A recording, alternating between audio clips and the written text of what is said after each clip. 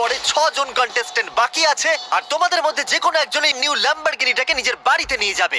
শুরুতে এরকম দেখাচ্ছিল, কিন্তু এখন এদেরকে এরকম দেখাচ্ছে। ওকে, সময় হয়ে গেছে বড় সারপ্রাইজের। ল্যাম্বরগিনি এখন এর দিকে যাচ্ছে। আরো ওপরে।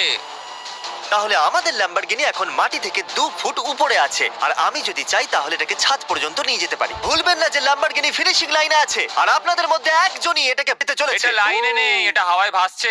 এই চ্যালেঞ্জ আমার মেন্টাল টাফনেস বাড়াচ্ছে। আমাকে যতটা সম্ভব মেন্টালি স্ট্রং থাকার চেষ্টা করতে হবে। আমি যতটা পারবো ততটাই আরাম করে নিতে চাইছি, কারণ আমার মনে হয় এরপরে আরো ডিফিকাল্ট হবে।